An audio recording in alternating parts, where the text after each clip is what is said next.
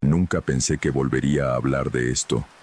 Durante años lo enterré en la parte más profunda de mí, esa donde guardamos las cosas que no encajan con la versión de la realidad que queremos mantener. Soy una persona racional. Estudié diseño gráfico. Trabajo frente a una pantalla. Vivo en un departamento en el cuarto piso con vista a una calle ruidosa. Mi vida es concreta, medible. Y sin embargo, hay algo que me pasó hace 4 años que no tiene ninguna explicación que me satisfaga. Todo comenzó por culpa de un trabajo freelance. Estaba en un momento difícil económicamente. Había terminado una relación larga. Había tenido que dejar el departamento que compartía con mi ex y estaba viviendo con mi madre mientras reorganizaba mi vida. Cuando me llegó una propuesta que parecía demasiado buena, no lo pensé 2 veces. Una agencia de turismo regional necesitaba a alguien que documentara fotográficamente pueblos rurales del sur. 2 semanas de viaje, buen pago, trabajo independiente. Perfecto. Llegué a Yanquén, que así llamaré al pueblo, un martes de abril. El sur de Chile en otoño tiene una belleza que duele. Los árboles cambian de color de una forma que parece exagerada, como si la naturaleza compitiera con una pintura. El aire huele a tierra mojada y a humo de leña.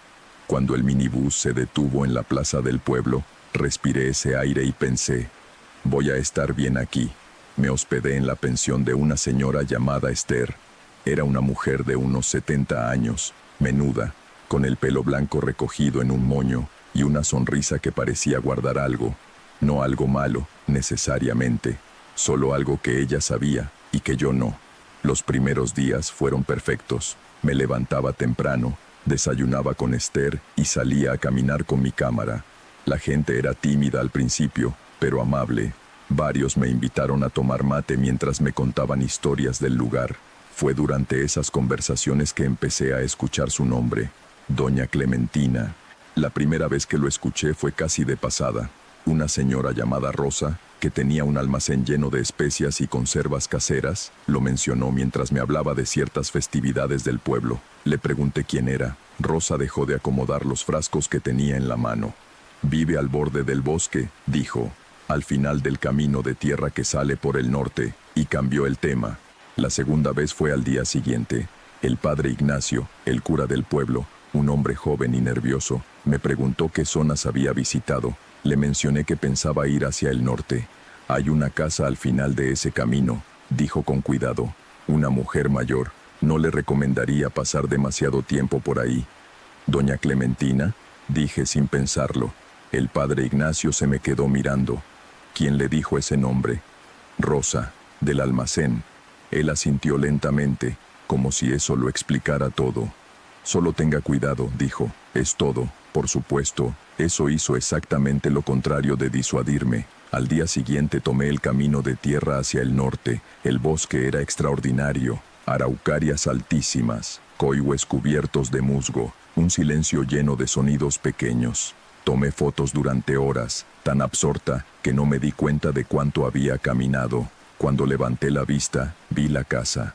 Era de madera oscura, más oscura que las otras del pueblo, como si llevara muchos más años expuesta a la lluvia. Tenía un jardín delante, que era una explosión de plantas que crecían sin ninguna lógica aparente.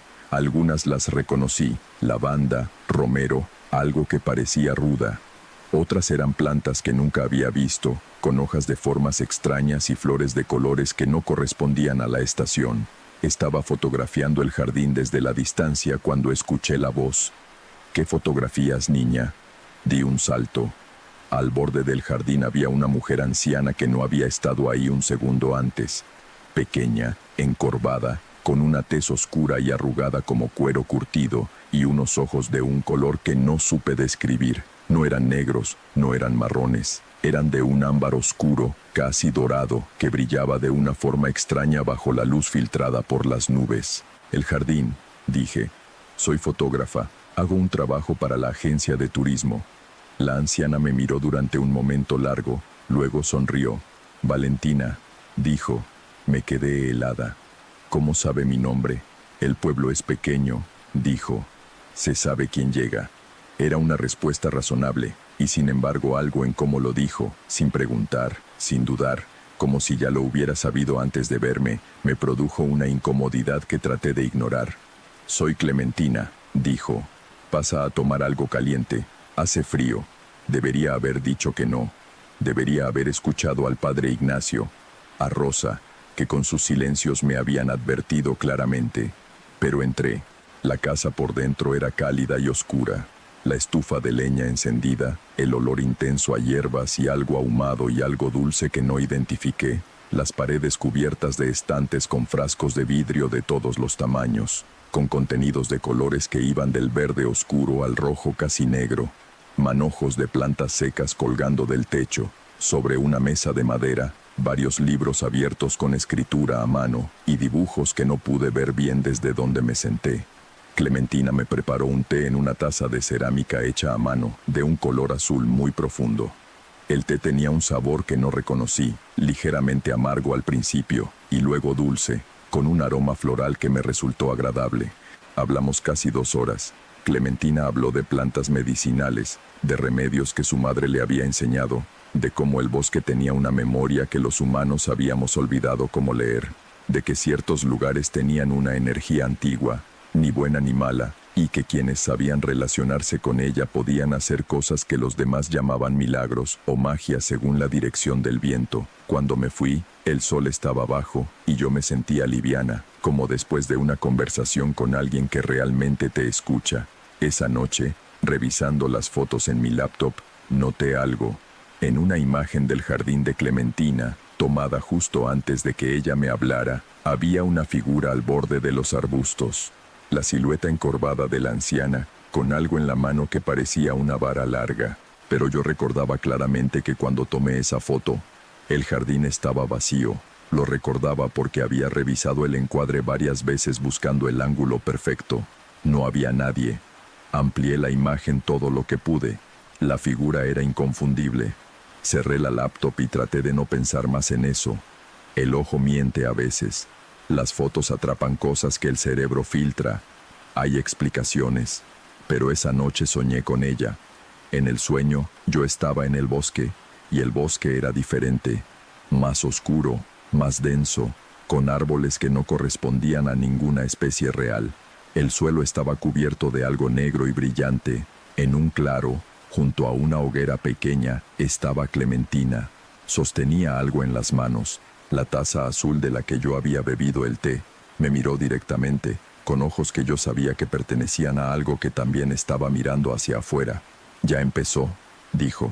Me desperté a las 3 de la mañana con el corazón golpeándome el pecho. La habitación estaba completamente oscura, excepto por la lluvia que golpeaba el techo de zinc. Me quedé inmóvil escuchando. Debajo de la lluvia, mezclado con ella de una forma que hacía difícil separarlo, había un sonido. Un murmullo, como alguien que hablaba muy bajo justo del otro lado de mi puerta, una voz de mujer, vieja, repitiendo algo en un patrón constante, como una oración. Me levanté sin encender la luz, caminé hasta la puerta y puse la mano en la manija. Me quedé así, escuchando. La voz se detuvo. El silencio que siguió era diferente al silencio normal. Tenía peso, como si el aire mismo se hubiera vuelto más espeso. Abrí la puerta, el corredor estaba vacío. Una bombilla tenue iluminaba el suelo de madera y las otras puertas cerradas. Pero en el suelo, frente a mi puerta, había algo. Un pequeño atado. Hierbas secas, semillas oscuras, un trozo de tela, todo amarrado con un hilo rojo. Lo miré desde arriba sin tocarlo durante un largo momento. Luego retrocedí y cerré la puerta. A la mañana siguiente, cuando Esther me trajo el desayuno, le pregunté si había escuchado algo en el corredor durante la noche. Ella dejó la bandeja lentamente. Me miró. «¿Fuiste a ver a Clementina ayer?», preguntó. «Sí». «¿Cómo lo sabes?». «Porque ese atado es de ella. Es lo que hace cuando quiere algo de alguien». «¿Qué quiere?». Esther se sentó frente a mí. Algo que nunca había hecho. Siempre dejaba el desayuno y se iba. «Clementina es lo que en el pueblo llaman una voladora», dijo. «¿Sabes lo que es eso?».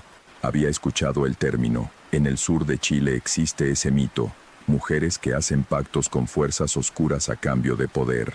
El nombre viene de la creencia de que pueden transformarse durante la noche, una leyenda muy antigua, anterior al catolicismo, parte del folclore del lugar. Eso es un mito, dije. Esther me miró con la paciencia de alguien que ha visto demasiado para discutir. Lleva 40 años en este pueblo, dijo. Llegó siendo joven. Yo la conocí. Ha cambiado, y el pueblo ha cambiado con ella. Animales que mueren sin razón, gente que se enferma, y nadie sabe de qué. La gente lo sabe, pero nadie habla porque temen lo que podría pasarles. ¿Y el padre Ignacio? Lleva 2 años aquí. El cura anterior se fue sin avisar después de 6 meses. Me quedé en silencio. ¿Qué significa el atado? Esther apretó los labios. ¿Qué te marcó? ¿Qué quiere que vuelvas? Pasé el día siguiente sin salir de la pensión, con el pretexto de editar fotos, pero la verdad era que tenía miedo, un miedo que no sabía bien a qué ponerle cara. A las 6 de la tarde, alguien golpeó mi puerta. Era una niña, unos 12 años, pelo largo oscuro, una expresión seria que no correspondía a su edad. Doña Clementina quiere que vayas esta noche, dijo, sin saludar. ¿Quién te mandó? Ella. Y se fue. Esa noche no fui. Me quedé en la habitación con la luz encendida hasta que me dormí con la ropa puesta. El segundo sueño fue peor. Oscuridad completa en el bosque. Y yo sabía, con esa certeza extraña de los sueños, que algo se movía a mi alrededor. No lo veía. Lo sentía. El peso de una presencia que no era humana, que daba vueltas a mi alrededor como un animal que estudia a su presa. Y luego Clementina, frente a mí, tan cerca que podía ver el reflejo de algo inexistente en sus ojos de ámbar. No vine, le dije. Ya no importa, dijo ella. Ya estás aquí, y en el sueño comprendí lo que quería decir. Que el aquí no era el bosque, que era algo que ella había puesto en mí, que el té no era solo té. Me desperté gritando. Esther estaba golpeando mi puerta. «Necesitas irte del pueblo», me dijo cuando abrí. «Mañana en la mañana». Me fui al día siguiente. Pagué la pensión, metí todo en la mochila sin ordenarlo. Tomé el primer transporte hacia la ciudad. Miré por la ventana todo el camino viendo cómo el bosque se alejaba. Pensé que la distancia lo resolvería todo. No fue así. Las pesadillas continuaron durante semanas. Clementina aparecía en mis sueños con una regularidad que no tenía ninguna explicación. No siempre en el bosque, a veces en mi departamento, de pie frente a la ventana, mirando hacia afuera como si esperara algo. A veces en el café donde trabajaba, en la calle frente a la casa de mi madre, siempre quieta, siempre con esos ojos, y empecé a notar otras cosas. Objetos que yo recordaba haber puesto en un lugar y que aparecían en otro. La sensación, al entrar a una habitación, de que alguien acababa de salir.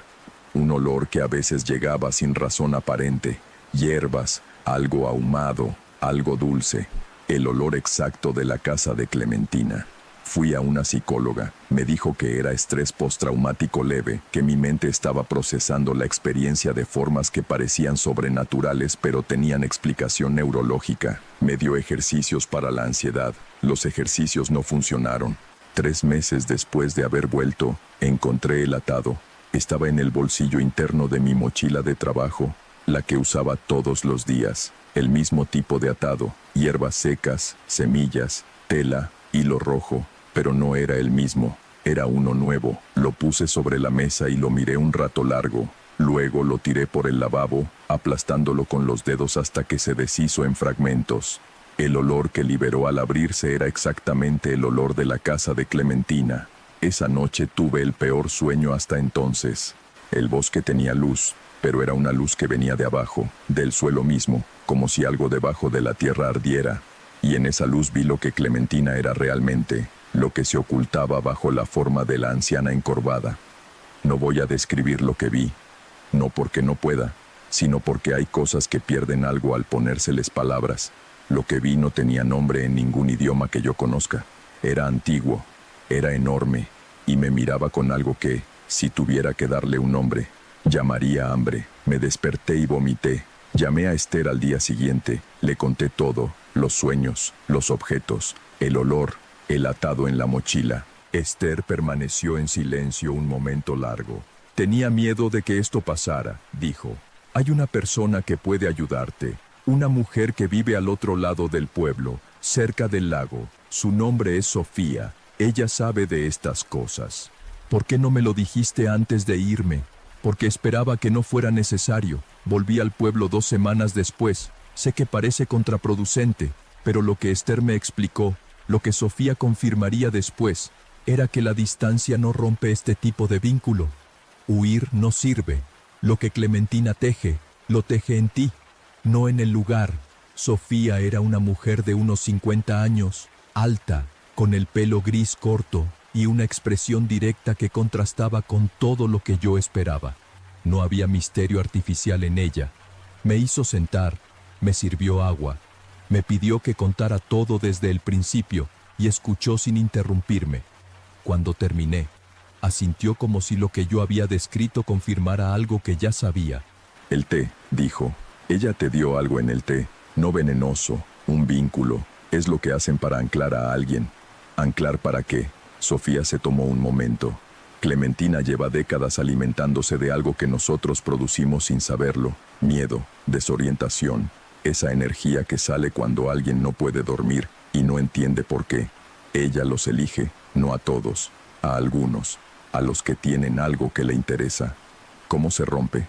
No se rompe fácil, pero se puede debilitar hasta que ella pierda interés. Hay que quitarle el sustento. ¿Qué sustento? El miedo, dijo Sofía. Si dejas de tener miedo, ella pierde el hilo. No de inmediato, pero con el tiempo. Me quedé mirándola. ¿Me estás diciendo que la solución es no tener miedo? Sé que suena simple, no lo es. No estoy hablando de fingir. Estoy hablando de llegar a un punto donde genuinamente aceptes lo que existe y no le des la energía de tu terror. Pasé 3 días con Sofía. Hicimos cosas que en otro momento de mi vida me habrían parecido ridículas. Limpiezas de mis pertenencias con plantas que Sofía cultivaba, que olían exactamente a lo opuesto de las plantas de Clementina, albahaca, ruda, algo a pino y limón. Una meditación larga en la que Sofía me pidió que imaginara el hilo que Clementina había puesto en mí, que lo viera adelgazarse, perder color, volverse transparente. El tercer día, Sofía me dijo algo que no esperaba. ¿Necesitas verla? No, dije de inmediato. No para hablarle, solo para verla, para que tu cerebro registre que es una persona vieja en una casa pequeña, no el monstruo que se ha ido construyendo en tus sueños. El miedo se alimenta de la imagen que tienes de ella, que se agrandó en tu ausencia. Verla en la realidad la reduce. No quería hacerlo. Pasé una noche entera dándole vueltas, pero al día siguiente fui. Caminé por el camino de tierra hacia el bosque. El jardín estaba igual, las plantas en su explosión desordenada, los colores extraños para la estación. Clementina estaba sentada en un banco de madera frente a la puerta, mirando hacia el camino, como si me esperara. Me quedé a distancia. Solo la miré. Era una mujer vieja, pequeña, con la espalda encorvada bajo el peso de los años. Sus ojos de ámbar me encontraron y se sostuvieron ahí, y en esa mirada había algo que yo reconocía de los sueños, esa cosa antigua y hambrienta, pero también era solo una mirada. La mirada de una persona anciana en un jardín. No dije nada, ella tampoco. Después de un minuto, me di la vuelta y volví por donde había venido. Esa noche dormí sin soñar por primera vez en meses. Los sueños tardaron semanas en desaparecer del todo, y el olor todavía aparece a veces, en momentos que no espero, cuando estoy haciendo algo completamente mundano. Cuando pasa, respiro, lo reconozco, y no le doy más de lo que merece. Hace 6 meses no sueño con Clementina. No sé si eso significa que terminó. Sofía me dijo que estos vínculos no se rompen del todo, que se debilitan hasta volverse inofensivos. No sé si eso es verdad o si es simplemente lo que yo necesitaba escuchar para poder funcionar. Lo que sí sé es esto. Existe algo en ciertos lugares y ciertas personas que no cabe en la versión de la realidad que nos enseñan. No me importa el nombre que le demos. Lo que me importa es que es real y que algunas personas saben cómo usarlo. Tuve suerte. Encontré a Sofía. Volví a tiempo. Pero a veces, cuando el viento trae ese olor sin razón aparente, me pregunto si la suerte fue suficiente, si el hilo se debilitó de verdad, o si solo se hizo invisible. Y en esas noches duermo con la luz encendida, aunque ya no me ayuda tanto como quisiera. Eso fue todo lo que Valentina quiso compartir. Me escribió al final de su mensaje que espera que alguien más haya pasado por algo similar, que no se sienta sola en esto. Si conoces el folclore del sur, si has escuchado hablar de las voladoras, o si algo parecido te ha ocurrido, cuéntamelo en los comentarios. Me encanta leer lo que ustedes viven. Y si aún no estás suscrito al canal, considera hacerlo. Hay muchas más historias como esta esperando. Que descanses bien esta noche. Nos escuchamos pronto.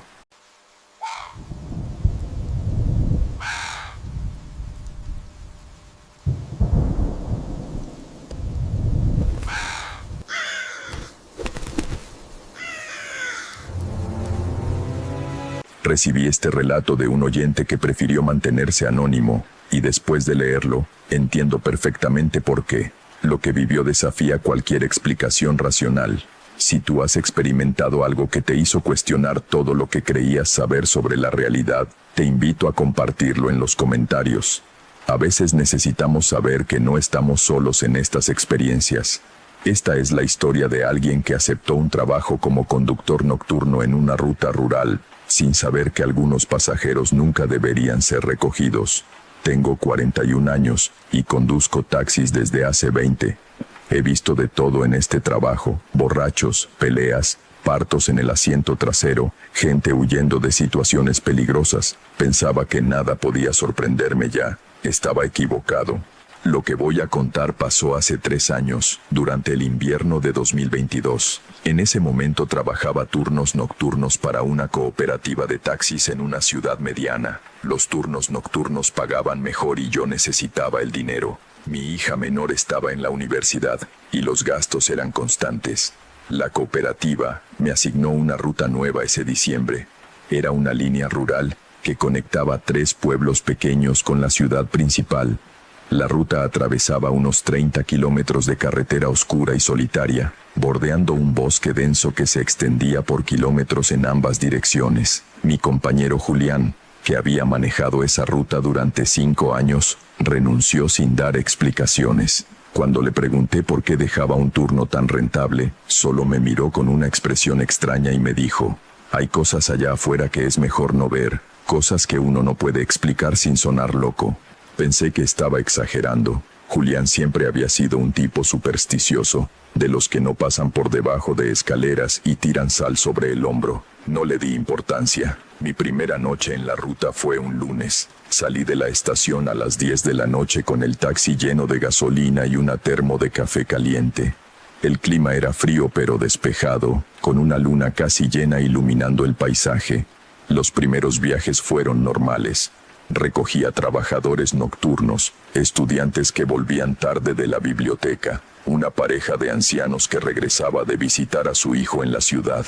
Conversaciones comunes, propinas decentes, nada fuera de lo ordinario. Eran alrededor de las 2 de la madrugada cuando todo cambió. Iba por el tramo más solitario de la carretera, rodeado por el bosque a ambos lados. No había luna visible en ese punto debido a la densidad de los árboles. Mis faros eran la única fuente de luz en kilómetros. Vi una figura parada al lado de la carretera. Era una mujer, o al menos parecía serlo desde la distancia. Estaba en la posición típica de alguien esperando un taxi, con el brazo extendido. Llevaba un vestido largo y oscuro que se mecía con el viento. Desaceleré, preguntándome qué hacía alguien esperando un taxi en medio de la nada a las 2 de la mañana. Pero era mi trabajo, así que me detuve a unos metros de ella. Bajé la ventanilla del copiloto. ¿Necesita un taxi? Ella se acercó lentamente. Cuando la luz de mi taxi la iluminó completamente, sentí un escalofrío. Era joven, tal vez 25 años, con el cabello negro largo y suelto. Su vestido, ahora que lo veía mejor, parecía antiguo, del estilo de hace 50 años o más, y estaba descalza. Pero lo más extraño eran sus ojos. Incluso en la oscuridad, parecían brillar con luz propia, un brillo tenue pero inconfundible. ¿Me llevarías al pueblo?, preguntó con voz suave, casi un susurro. Algo en mi instinto me gritaba que dijera que no, que arrancara y me fuera. Pero soy conductor profesional. He recogido a todo tipo de gente. No podía negarme solo porque alguien se veía un poco rara. Claro, respondí, desbloqueando las puertas traseras. Sube. Ella abrió la puerta y se deslizó al asiento trasero sin hacer ruido. No escuché sus pies tocar el suelo, no escuché el crujido del asiento bajo su peso. Solo un ligero desplazamiento de aire y ella estaba adentro. Ajusté el espejo retrovisor para verla. Estaba sentada perfectamente quieta, con las manos en su regazo, mirando hacia adelante. Su rostro no mostraba expresión alguna. ¿A qué parte del pueblo?, pregunté mientras arrancaba. A la iglesia, dijo. Su voz seguía siendo apenas un susurro, pero de alguna manera podía escucharla perfectamente a pesar del ruido del motor. Entendido. Conduje en silencio durante unos minutos. Intenté hacer conversación casual, como hago con todos mis pasajeros. Es tarde para estar sola en la carretera. ¿Tuviste algún problema con tu carro? No tengo carro, respondió sin cambiar su tono o expresión. Ah, ¿entonces vivías por aquí cerca? Vivía. Usó el tiempo pasado. Hace mucho tiempo. No supe qué responder a eso. Miré el espejo retrovisor de nuevo. Ella seguía mirando al frente, sin parpadear. Y ahora que la observaba más detenidamente, noté algo más perturbador. No estaba respirando. Su pecho no se movía. No había condensación en las ventanas cerca de ella, a pesar del frío. Mi corazón comenzó a latir más rápido. Apreté el volante con fuerza, tratando de mantener la calma. Tal vez solo era mi imaginación trabajando horas extras en la oscuridad solitaria. ¿Conoces a Julián?, preguntó de repente. Me tensé. ¿Julián? ¿El conductor que trabajaba esta ruta antes que yo? Sí, era amable. Siempre me llevaba sin hacer preguntas. Eras pasajera regular suya, muy regular. Por primera vez, algo parecido a una sonrisa cruzó sus labios, pero no era una sonrisa cálida. Era la sonrisa de alguien que conoce un secreto que tú desconoces. Llegamos al pueblo unos minutos después. Conduje directamente a la iglesia, una estructura antigua de piedra en el centro del pueblo. Estaba completamente oscura, obviamente cerrada a esas horas. Me estacioné frente a las escaleras de entrada. Aquí está, son 15 pesos. No tengo dinero, dijo ella simplemente. Por supuesto que no. Está bien, no te preocupes. Gracias. Ella abrió la puerta y salió, cerró la puerta suavemente detrás de ella y comenzó a caminar hacia la iglesia. La observé en el espejo lateral. Subió las escaleras y se detuvo frente a las puertas grandes de madera. Luego, y juro que no estoy inventando esto, simplemente atravesó las puertas, no las abrió. Pasó a través de ellas como si fueran humo. Parpadeé varias veces, convencido de que mis ojos me estaban engañando. Me froté la cara, pero no había error. El espacio donde ella había estado parada estaba ahora vacío. Arranqué el taxi y me alejé rápidamente, con las manos temblando en el volante. Intenté convencerme de que había sido una ilusión óptica, un truco de las sombras, pero sabía lo que había visto. El resto de la noche pasó sin incidentes. Recogí algunos pasajeros más en los otros pueblos, todos normales y reconfortantemente humanos. No le conté a nadie sobre la mujer del vestido largo. La siguiente noche, martes, dudé mucho antes de salir a trabajar. Consideré pedir un cambio de ruta, pero finalmente decidí ir. Necesitaba el dinero, y tal vez, solo tal vez, la noche anterior había sido un sueño o una alucinación por cansancio. La noche transcurrió normal hasta las 2 de la madrugada. Estaba en el mismo tramo solitario de carretera cuando vi otra figura al lado del camino. Esta vez era un hombre, alto, delgado, vestido con un traje oscuro que parecía de otra época. También estaba descalzo. Mi instinto me gritaba que no me detuviera, pero disminuí la velocidad de todos modos. Una parte de mí necesitaba confirmar lo que estaba viendo. Cuando me acerqué lo suficiente, él levantó la mano. Sus ojos brillaban con la misma luz antinatural que los de la mujer la noche anterior. Aceleré y pasé de largo sin detenerme. En el espejo retrovisor, lo vi quedarse parado allí, mirando cómo me alejaba.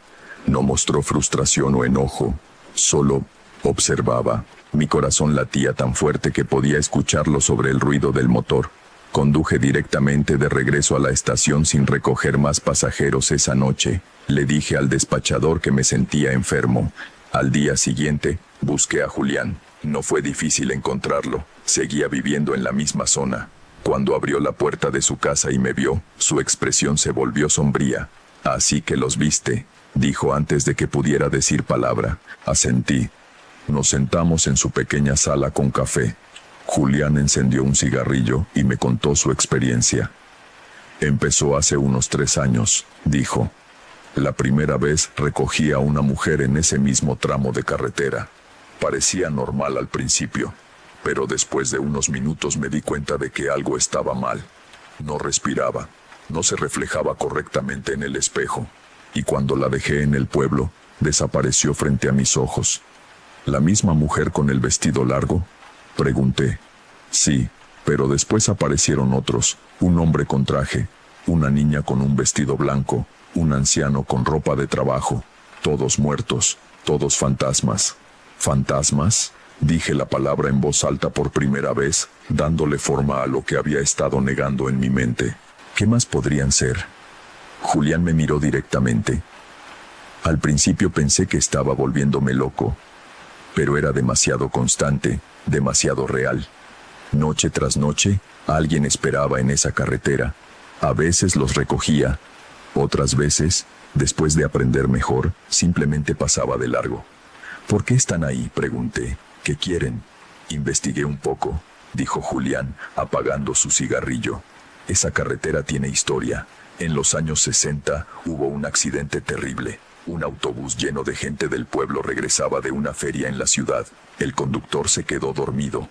El autobús se salió de la carretera y chocó contra los árboles. Murieron 17 personas. Sentí un escalofrío recorrer mi espalda. Desde entonces, la gente ha reportado avistamientos. Figuras al lado de la carretera, pasajeros que desaparecen. Algunos conductores dicen que han visto el autobús fantasma conduciendo en la dirección opuesta, lleno de pasajeros con caras pálidas mirando hacia afuera.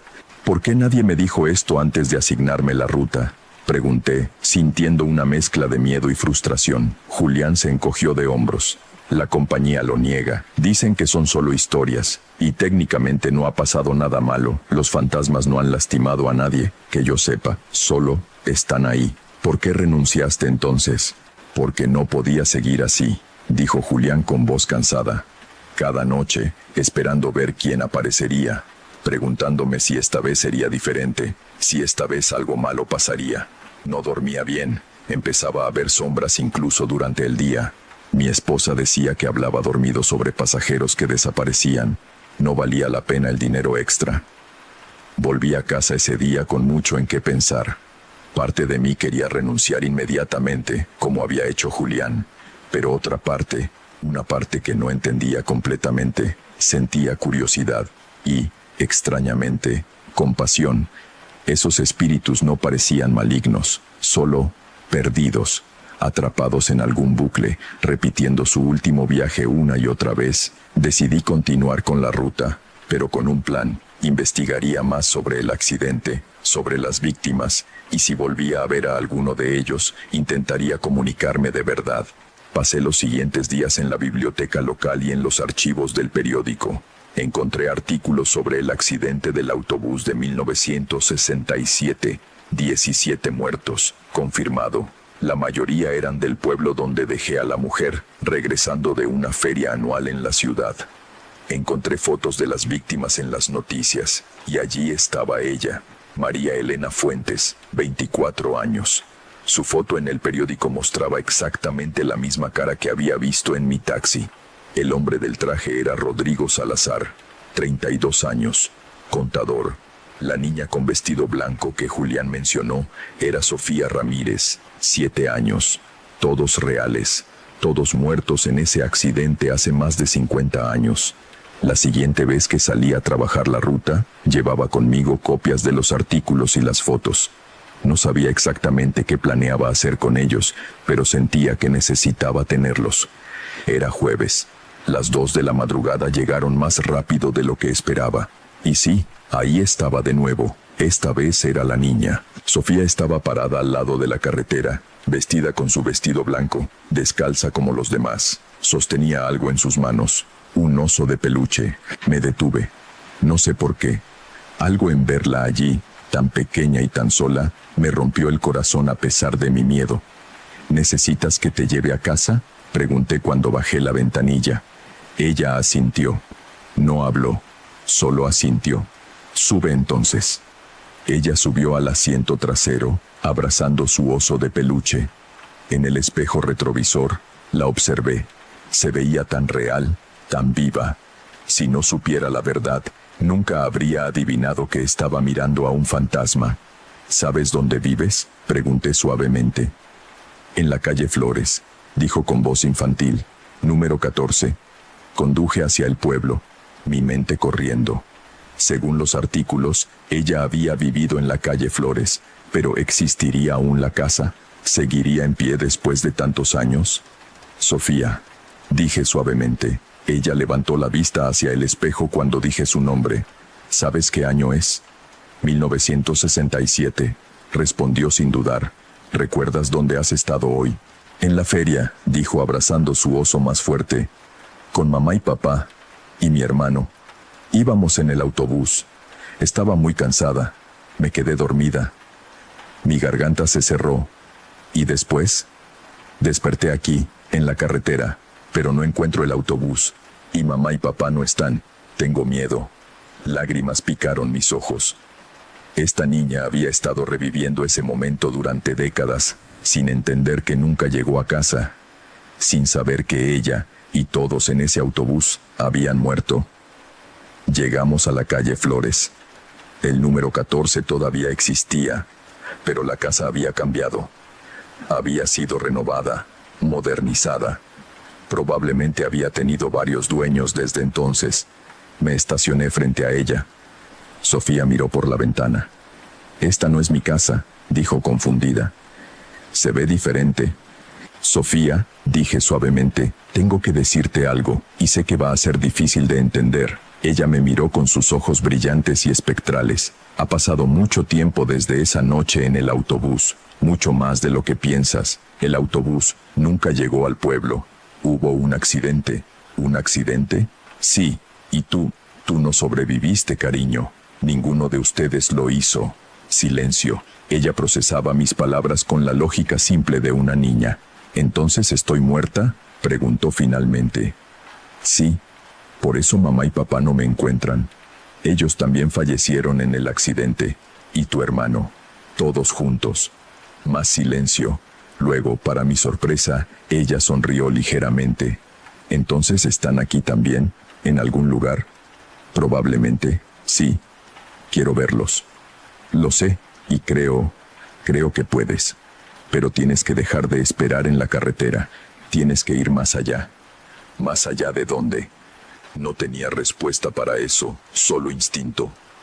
Más allá de este lugar, hay algo esperándote, un lugar donde están todos juntos de nuevo. Sofía me miró durante un largo momento, luego asintió lentamente. Está bien, voy a buscarlos entonces. Abrió la puerta del taxi, pero en lugar de salir hacia la calle, se detuvo y me miró una última vez. Gracias, señor, por decirme la verdad. Nadie más lo hizo. De nada, Sofía. Ella salió del taxi, pero esta vez no caminó hacia ninguna parte. Simplemente se quedó parada allí un momento, abrazando su oso, y luego, gradualmente, comenzó a desvanecerse. No de manera abrupta, sino suave, como niebla disipándose bajo el sol. En segundos, había desaparecido completamente. Sentí algo cálido en mi pecho.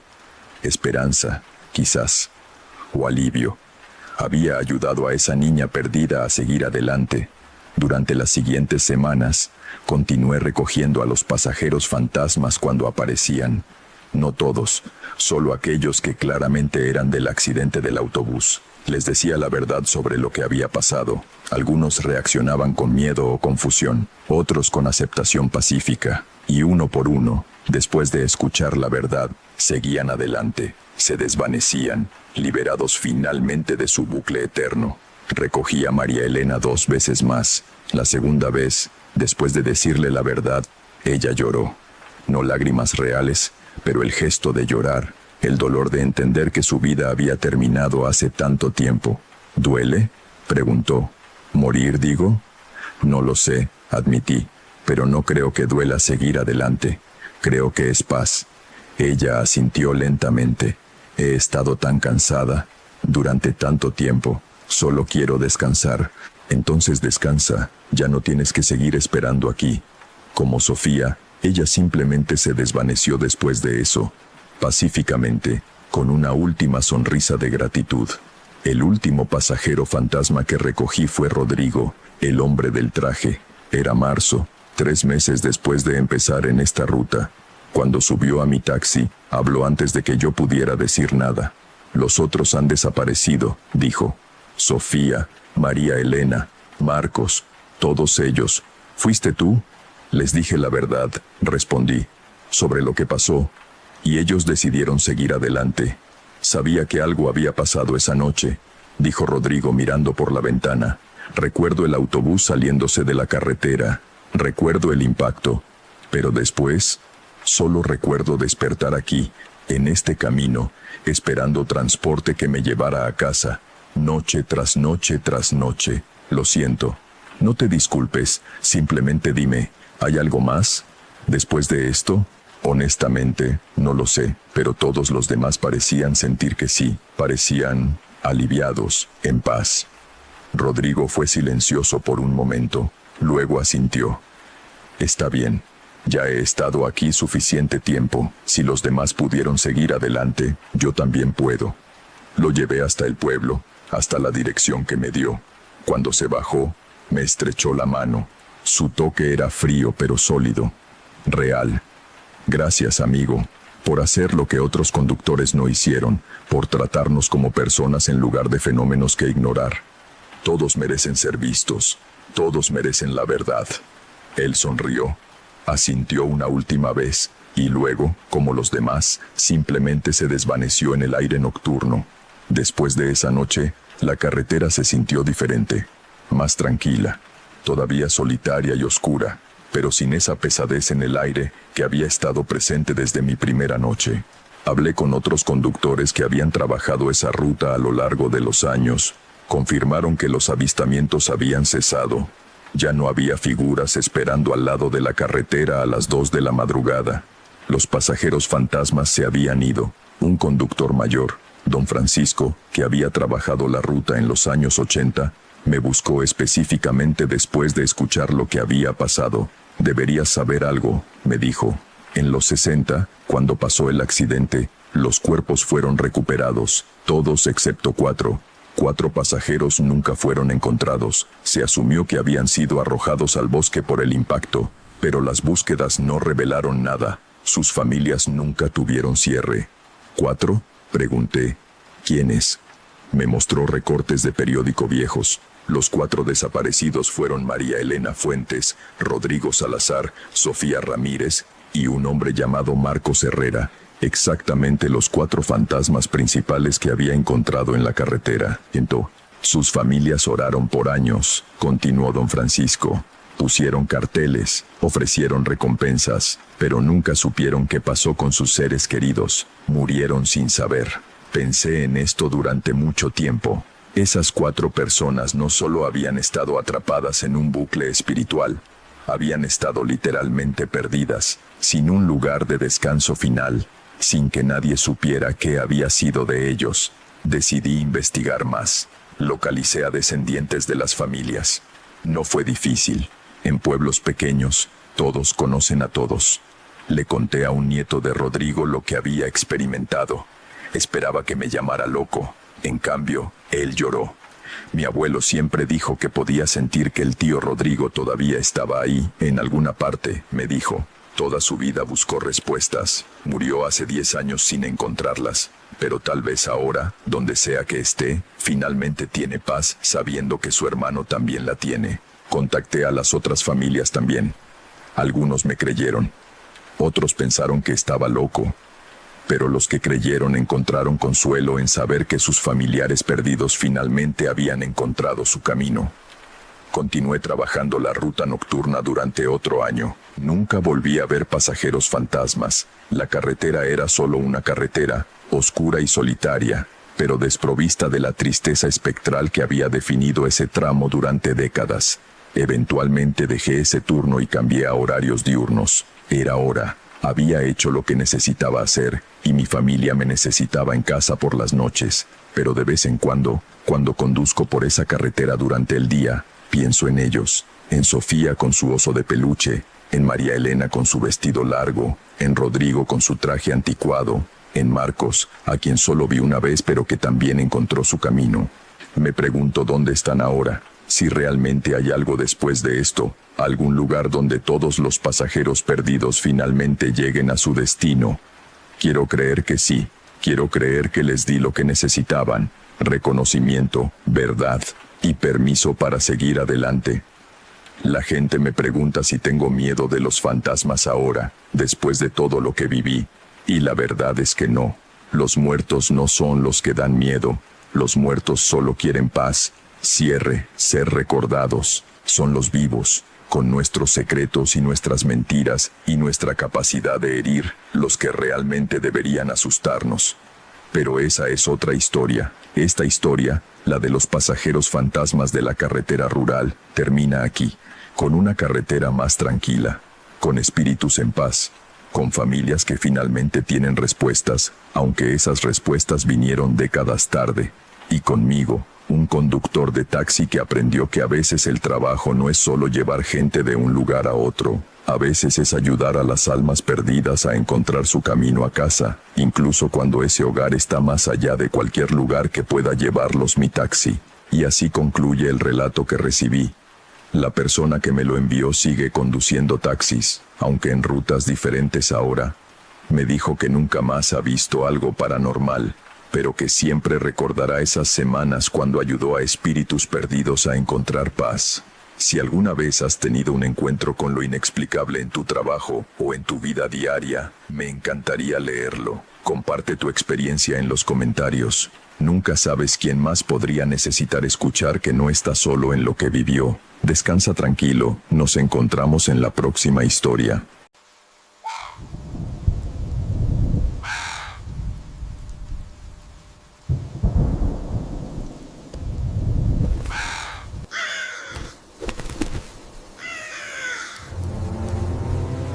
Alguien que prefiere mantenerse anónimo me envió esta experiencia hace unos días. Dice que nunca la había compartido con nadie por miedo a que lo consideren loco, pero que necesita sacarlo de su pecho. Si alguna vez has tenido experiencias con lo paranormal que te han marcado de por vida, me encantaría que las compartieras en los comentarios. Ahora, déjame contarte lo que esta persona vivió cuando era adolescente en un pueblo de Perú, y cómo un juego de curiosidad se convirtió en algo que nunca debió ser despertado. Hay cosas que no deberían ser invocadas, cosas que existen en los márgenes de nuestra realidad, esperando pacientemente una grieta por la cual entrar. Yo abrí una de esas grietas cuando tenía 16 años, y lo que entró nunca se fue del todo. Crecí en Cajamarca, un pueblo en la Sierra Norte de Perú. Era un lugar tranquilo, conservador, donde las tradiciones antiguas aún se mezclaban con la vida moderna. Mi abuela, una mujer quechua que hablaba más en su lengua nativa que en español, siempre nos advertía sobre ciertas cosas. No jugar cerca del río después del anochecer, no silbar en el bosque, y sobre todo, nunca, jamás, invocar a los espíritus por curiosidad o diversión. Los espíritus no son juguetes, decía, sus ojos oscuros serios y penetrantes. Una vez que los llamas, debes ofrecerles algo. Y si no tienes nada que dar, tomarán lo que quieran. Yo era joven y escéptico. Pensaba que eran solo supersticiones de viejos, historias para asustar a los niños. No creía en espíritus, ni en magia, ni en nada que no pudiera ser explicado por la ciencia. Qué arrogante era, qué ignorante. Todo comenzó en octubre, durante las vacaciones escolares. Mis amigos y yo, éramos 5. Yo, Miguel, Carla, Tomás y Elena, estábamos aburridos. El pueblo era pequeño y no había mucho que hacer. Habíamos visto todas las películas disponibles, jugado todos los videojuegos, explorado cada rincón del pueblo. Fue Elena quien sugirió la idea. Ella era la más atrevida del grupo, siempre buscando emociones, siempre empujando límites.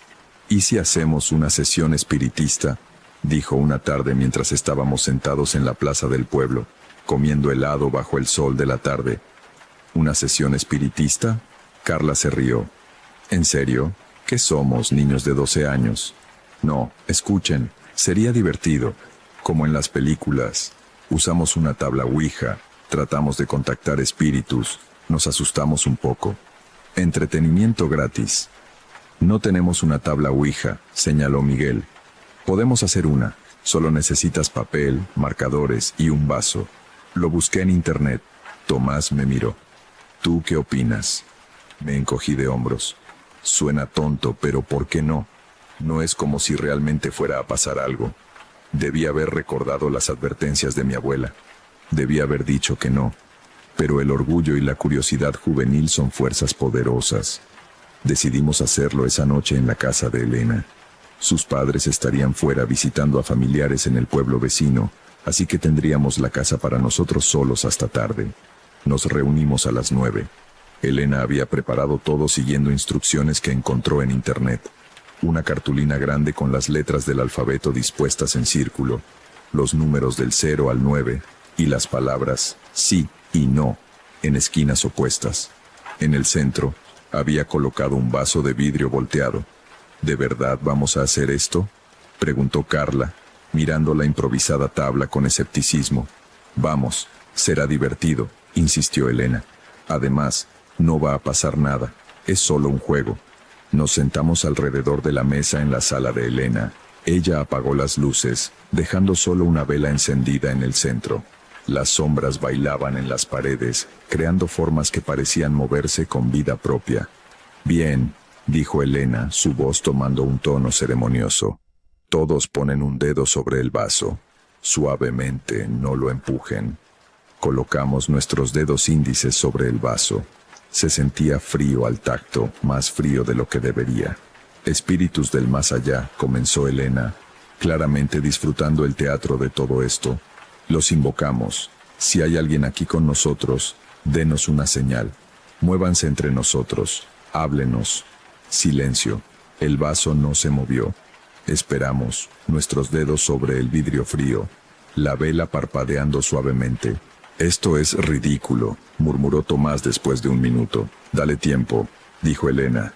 Espíritus, si están aquí, por favor, muévanse. Queremos hablar con ustedes. Más silencio. Miguel empezó a reírse nerviosamente. Les dije que no iba a... El vaso se movió. No fue un movimiento grande. Solo un deslizamiento pequeño, quizás 1 centímetro. Pero todos lo sentimos. Todos nos miramos, nuestras expresiones pasando de aburrimiento a sorpresa. ¿Quién lo empujó?, acusó Carla. Yo no fui, dijimos todos casi al unísono. Debe haber sido uno de nosotros, dije, aunque mi voz no sonaba tan segura como quería. El vaso se movió porque alguien lo empujó sin querer. Hagámoslo de nuevo, dijo Elena, sus ojos brillando con emoción. Espíritus, ¿están aquí con nosotros? El vaso se movió de nuevo. Esta vez más deliberadamente, deslizándose a través de la cartulina hasta detenerse sobre la palabra sí. El silencio que siguió fue absoluto. Incluso la respiración parecía haberse detenido. Nos miramos unos a otros, buscando al culpable, al bromista, pero todos se veían genuinamente sorprendidos, asustados incluso. Pregúntale algo, susurró Miguel. Elena tragó saliva. ¿Quién eres? El vaso comenzó a moverse. Lentamente al principio, luego con más seguridad, deslizándose de letra en letra. Deletreaba algo. T-U-C-U-N-A, Tucuna, leyó Carla. ¿Qué significa eso? Es quechua, dije, sintiendo un escalofrío recorrer mi espalda. Significa el que espera, o el que observa, algo así. ¿Eres un espíritu bueno?, preguntó Elena, su voz ahora menos segura que antes. El vaso se movió hacia no. Eso debió haber sido suficiente. Debimos haber detenido el juego ahí mismo, agradecer por la experiencia aterradora pero emocionante, y seguir con nuestras vidas. Pero los adolescentes somos tontos. Y la curiosidad puede ser más fuerte que el miedo. ¿Qué quieres?, preguntó Tomás. El vaso deletreó S-A-L-I-R, salir de dónde, murmuró Carla. Antes de que pudiéramos hacer otra pregunta, la vela se apagó. La oscuridad nos envolvió completamente. Hubo un momento de silencio absoluto, y luego todos comenzamos a hablar a la vez, pánico en nuestras voces. «Enciendan la luz», ¿Dónde está el interruptor? No puedo ver nada. Elena encontró el interruptor, y las luces se encendieron. Todos estábamos de pie, alejados de la mesa. El vaso estaba en el suelo, hecho pedazos. La cartulina estaba arrugada, como si alguien la hubiera apretado con fuerza. ¿Quién hizo eso?, preguntó Elena, su voz temblando. Nadie, dije. Cuando la vela se apagó, todos nos levantamos. Nadie tocó el vaso. Tal vez se cayó solo, sugirió Miguel, aunque no sonaba convencido. Los vasos no se rompen solos, dijo Carla. Y esa cartulina estaba plana hace un segundo. Decidimos terminar ahí la noche. Todos estábamos nerviosos, aunque tratábamos de disimularlo con bromas y racionalización. Seguramente uno de nosotros había empujado las cosas sin darse cuenta, o había sido el viento, o algo completamente normal y explicable. Pero en el fondo, todos sabíamos que algo había cambiado. Habíamos abierto una puerta, y no estábamos seguros de haberla cerrado. Los siguientes días fueron extraños. Pequeñas cosas al principio, cosas que podían ser ignoradas o explicadas. Miguel reportó que su perro, que normalmente era amigable y calmado, se había vuelto agresivo y nervioso, ladrando a las esquinas vacías de las habitaciones y negándose a entrar a ciertos espacios de la casa. Carla dijo que había estado teniendo pesadillas, sueños donde caminaba por su casa y encontraba habitaciones que nunca había visto antes, llenas de figuras sombrías que la observaban pero nunca se movían. Tomás mencionó casualmente que su hermana menor, de 5 años, había comenzado a hablar de su nuevo amigo que la visitaba por las noches. Un hombre alto y delgado que se paraba junto a su ventana y la miraba dormir. Y yo empecé a sentir que me observaban, constantemente, en mi casa, en la escuela, en la calle. Una sensación pesada de ojos invisibles siguiendo cada movimiento. Me giraba esperando encontrar a alguien detrás de mí, pero nunca había nadie. Una semana después de la sesión, Elena nos llamó a todos. Sonaba aterrorizada. Tienen que venir a mi casa. Ahora, por favor. Llegamos en 20 minutos. Elena nos esperaba en la puerta. Su rostro pálido, sus ojos rojos de haber llorado. ¿Qué pasó?, preguntó Miguel. Es mi habitación. Hay algo en mi habitación.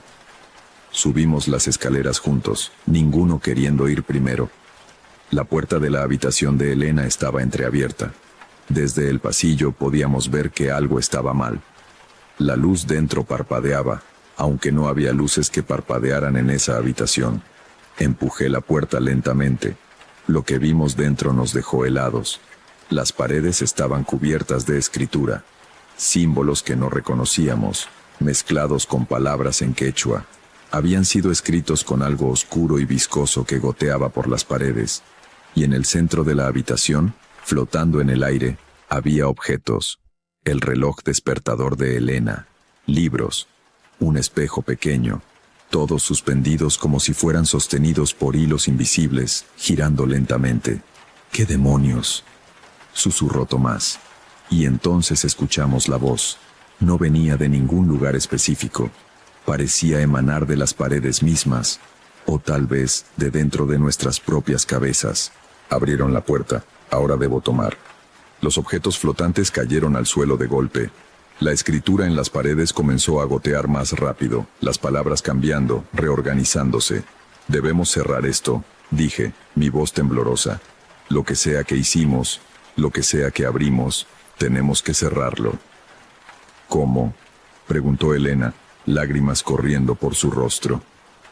No sabemos lo que hicimos, solo jugamos con una estúpida tabla casera. Mi abuela, interrumpí. Mi abuela sabe de estas cosas. Ella puede ayudar. Salimos de la casa de Elena corriendo. El sol se estaba poniendo, tiñendo el cielo de rojo sangre. En el camino a casa de mi abuela, Carla gritó de repente. «¡Miren!», señalaba hacia una ventana de una casa que pasábamos. En la ventana, claramente visible, había una figura. Alta, delgada, con extremidades demasiado largas.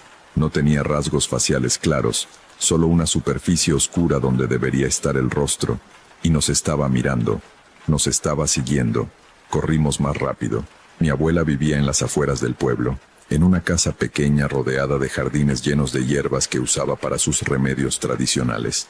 Cuando llegamos, Jadeando y aterrorizados, ella nos esperaba en la puerta, como si supiera que vendríamos. «Hicieron algo tonto, ¿verdad?», dijo sin preámbulo. «Abuela, necesitamos ayuda», dije. «Hicimos una sesión espiritista y ahora...» «Invocaron algo». No era una pregunta. Puedo sentirlo en ustedes, como una mancha, como humo negro aferrado a sus almas. Nos hizo entrar. Su casa olía a hierbas secas y humo de copal. Nos sentó en su sala pequeña y nos hizo contar todo.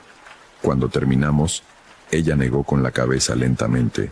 «Tucuna», dijo pensativamente, «el que espera en la oscuridad es antiguo, más antiguo que el pueblo, más antiguo que las montañas, algunos dicen. Es un espíritu hambriento que existe en el espacio entre los mundos. Normalmente no puede entrar a nuestro mundo, pero cuando se abre una puerta, como hicieron ustedes con su juego, puede deslizarse a través». «¿Qué quiere?», preguntó Miguel. «Sustento, energía, vidas eventualmente. Se alimenta del miedo, de la desesperación. Cuanto más aterrorizada está una persona, más sabrosa es su energía, y una vez que ha marcado a alguien, no se va fácilmente».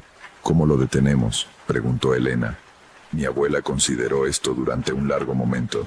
«Hay formas, rituales que pueden cerrar la puerta que abrieron, pero son peligrosos y requieren que todos participen. Todos los que estuvieron en esa sesión deben estar presentes para el ritual de cierre». Todos asentimos inmediatamente. Haríamos lo que fuera necesario. «Bien, pero deben entender, esto no es un juego, no es entretenimiento, es real. Y si algo sale mal, bueno, hay destinos peores que la muerte». Pasamos las siguientes horas preparándonos. Mi abuela nos instruyó cuidadosamente sobre qué hacer, qué decir, cómo protegernos. Nos dio amuletos hechos de hierbas y piedras atadas con hilo rojo. Nos hizo beber una infusión amarga que dijo fortalecería nuestros espíritus contra la influencia del tucuna. El ritual debía realizarse a medianoche, en el mismo lugar donde habíamos hecho la sesión original, la casa de Elena. Cuando llegamos, la casa se sentía diferente, más fría, más oscura, como si las sombras fueran más densas, más sustanciales. Podíamos sentir la presencia del tucuna, observándonos, esperando. Mi abuela trazó un círculo en el suelo de la sala con sal mezclada con cenizas, colocó velas en los puntos cardinales. En el centro del círculo, puso un recipiente de barro lleno de hierbas ardientes que producían un humo espeso y aromático. «Entren al círculo, tómense de las manos, y no, bajo ninguna circunstancia, rompan el círculo hasta que yo diga que es seguro». Hicimos lo que nos ordenó. El círculo de sal brillaba tenuemente en la oscuridad, como si tuviera luz propia. El humo de las hierbas creaba formas en el aire, patrones que casi parecían tener significado. Mi abuela comenzó a cantar. No era en español ni en quechua exactamente, sino en algo más antiguo. Un lenguaje que sonaba como el viento a través de cañones, como el agua sobre rocas, como sonidos que la naturaleza misma podría hacer. Las velas parpadearon, la temperatura de la habitación descendió precipitadamente, nuestro aliento se volvió visible en el aire. Y entonces, él apareció. El tucuna no se materializó gradualmente. Simplemente estaba ahí, de un segundo al siguiente. Era más horrible de lo que habíamos visto por la ventana. Alto como el techo, con extremidades que se doblaban en ángulos imposibles. Su cuerpo parecía estar hecho de oscuridad sólida, de la ausencia de luz hecha carne. Y donde debería estar su rostro, había solo un vacío, un hoyo negro que parecía absorber todo, incluso la esperanza. Varios de nosotros gritamos. Tomás intentó retroceder, casi rompiendo el círculo, pero Carla lo sostuvo. «No rompan el círculo», gritó mi abuela, su voz cortando a través de nuestro pánico. Continuó su canto, más fuerte ahora, más insistente. El tucuna se movió alrededor del círculo examinándonos.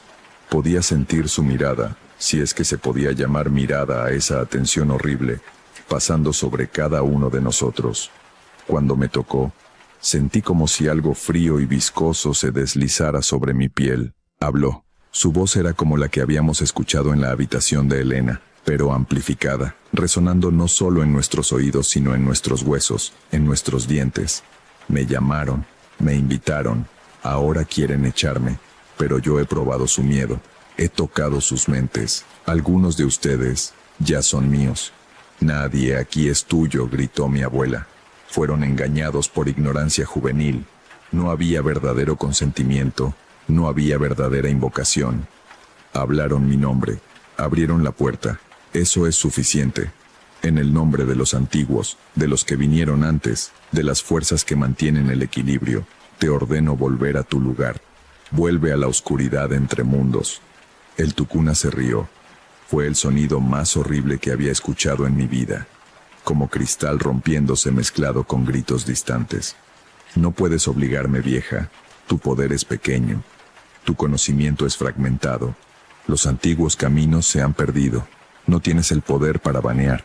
Pero yo tengo la disposición de pagar el precio.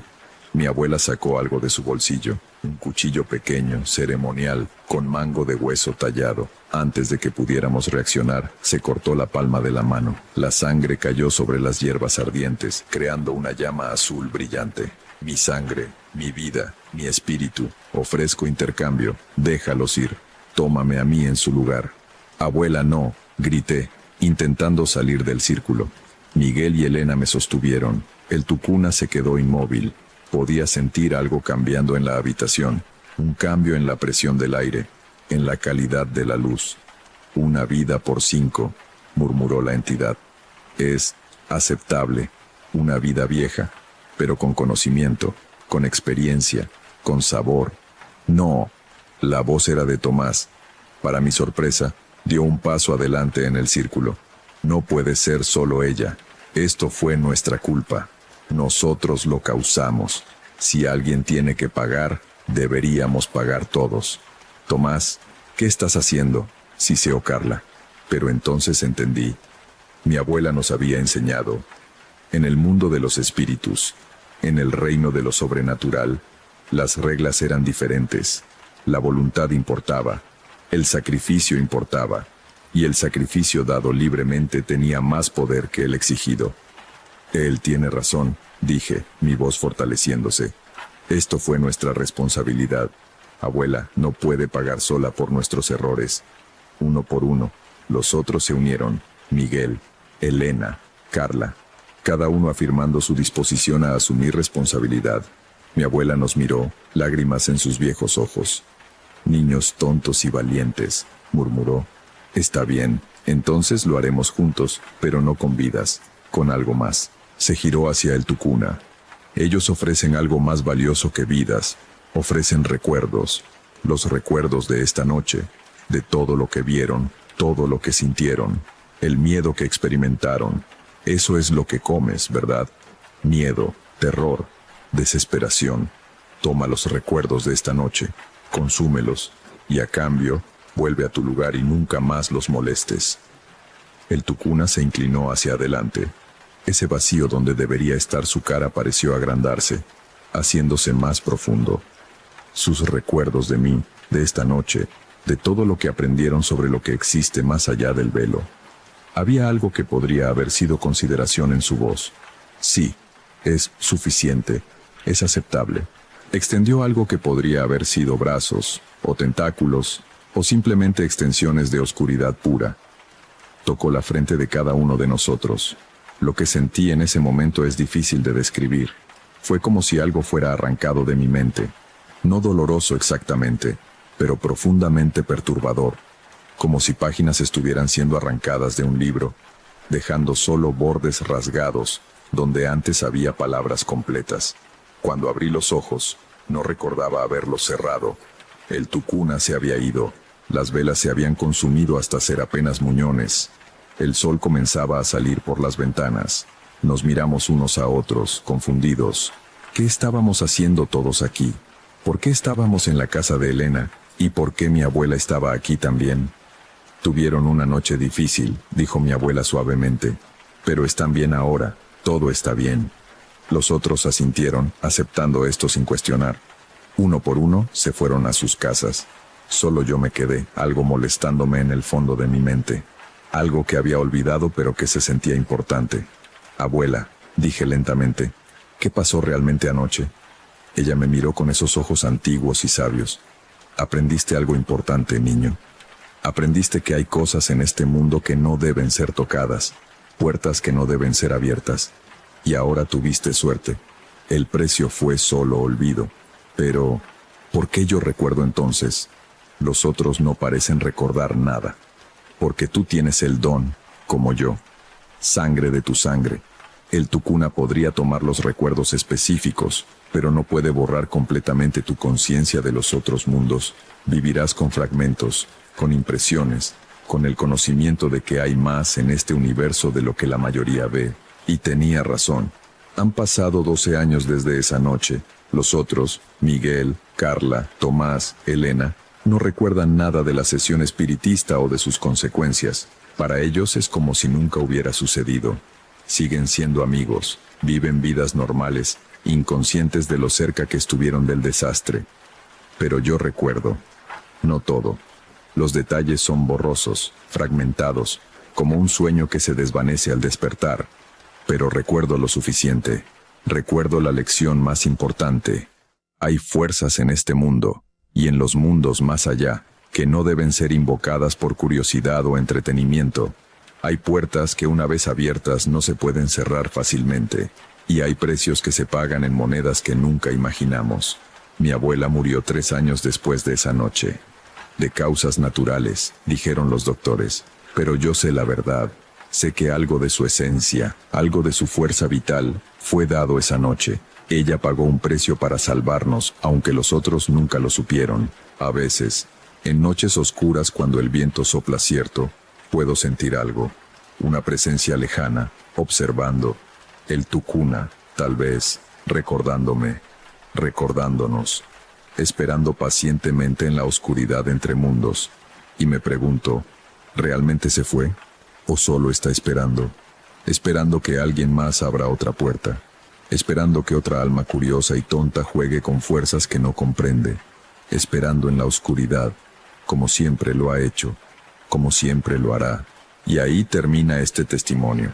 La persona que me lo envió dice que ahora estudia antropología, especializándose en creencias tradicionales andinas, tratando de entender mejor lo que experimentó. Si alguna vez has jugado con lo sobrenatural, tablas ouija, sesiones espiritistas, rituales, y las cosas se salieron de control, comparte tu experiencia en los comentarios. A veces estas historias sirven como advertencia para otros, y si disfrutas este contenido, considera suscribirte para más relatos cada semana. No todo lo que existe puede ser explicado, y no todo lo que puede ser invocado debería serlo. Descansa tranquilo esta noche, y nos vemos en la próxima historia.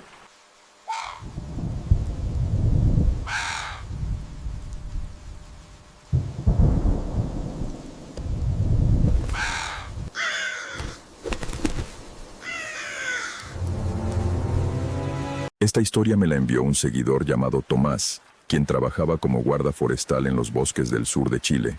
Lo que encontró durante una patrulla nocturna lo hizo cuestionar todo lo que creía sobre las leyendas rurales de su región.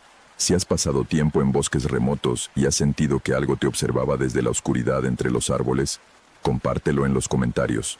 Ahora bien, déjame contarte lo que Tomás descubrió en las profundidades del bosque, donde las historias antiguas todavía tienen vida. Mi nombre es Tomás, y durante 7 años trabajé como guarda forestal en el Parque Nacional Alerce Costero, en la región de Los Ríos, Chile. Era un trabajo solitario pero gratificante.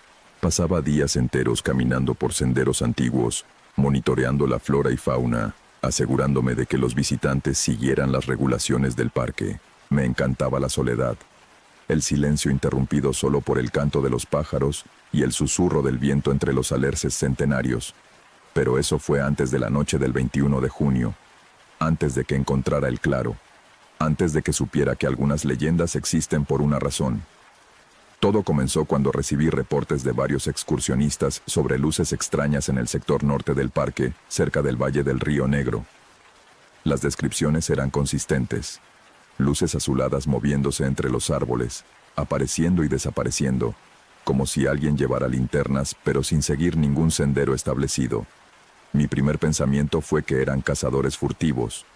El parque tenía problemas ocasionales con gente que entraba ilegalmente a cazar huémules o pudúes, especies protegidas. Decidí hacer una patrulla nocturna para investigar. Salí al atardecer del solsticio de invierno, el día más corto del año en el hemisferio sur. Llevaba mi mochila con provisiones, linterna, radio y mi rifle reglamentario. El plan era caminar hasta el valle del Río Negro, aproximadamente 3 horas de caminata, establecer un campamento de observación y esperar a ver si las luces aparecían. El bosque era diferente al anochecer. Los alerces, algunos de más de 3000 años de antigüedad, proyectaban sombras largas y retorcidas. La niebla comenzaba a formarse entre los troncos, deslizándose por el suelo del bosque como un organismo vivo. El silencio era profundo, roto solo por el ocasional llamado de una lechuza o el crujido de ramas bajo mis botas. Llegué al valle alrededor de las 9 de la noche. La luna llena brillaba a través de las nubes dispersas, proporcionando suficiente luz para navegar sin mi linterna. Establecí mi campamento en un punto elevado con buena vista del valle inferior. Desde allí podía observar sin ser visto. Esperé. 1 hora, 2 horas. La temperatura bajaba constantemente, mi aliento formando nubes en el aire helado. Comencé a pensar que los excursionistas habían visto reflejos de la luna o tal vez luciérnagas, aunque esas eran raras en esta región durante el invierno. Entonces, alrededor de la medianoche, las vi. Luces azuladas, exactamente como habían descrito. Aparecieron súbitamente entre los árboles en el valle inferior, moviéndose en patrones que no seguían ninguna lógica. No eran constantes como linternas. Parpadeaban, se dividían en múltiples luces más pequeñas, se reunían nuevamente, y se movían rápido, demasiado rápido para ser personas caminando. Saqué mis binoculares para verlas mejor. A través de las lentes, las luces parecían tener una cualidad casi líquida, fluyendo en lugar de moverse de forma sólida. Y alrededor de ellas podía distinguir formas, pequeñas, humanoides, pero definitivamente no humanas. Mi mente racional buscaba explicaciones. Fenómenos de gas metano surgiendo del suelo pantanoso, hongos bioluminiscentes, algún tipo de reflejo atmosférico, pero incluso mientras pensaba estas cosas, sabía que ninguna explicaba lo que estaba viendo. Las luces se movieron hacia un área específica del valle y se detuvieron. Formaron un círculo, y entonces, desde mi posición elevada, escuché algo que hizo que mi piel se erizara. Música. No era música moderna ni nada que pudiera venir de un dispositivo electrónico. Era música de instrumentos antiguos, flautas y tambores, tocada en ritmos que sonaban ajenos y familiares al mismo tiempo. Decidí acercarme para investigar. Sabía que era arriesgado, pero era mi trabajo proteger el parque, y necesitaba saber qué estaba sucediendo. Descendí silenciosamente por la ladera del valle, usando la cobertura de los árboles para ocultar mi aproximación. A medida que me acercaba, la música se hacía más clara, más compleja.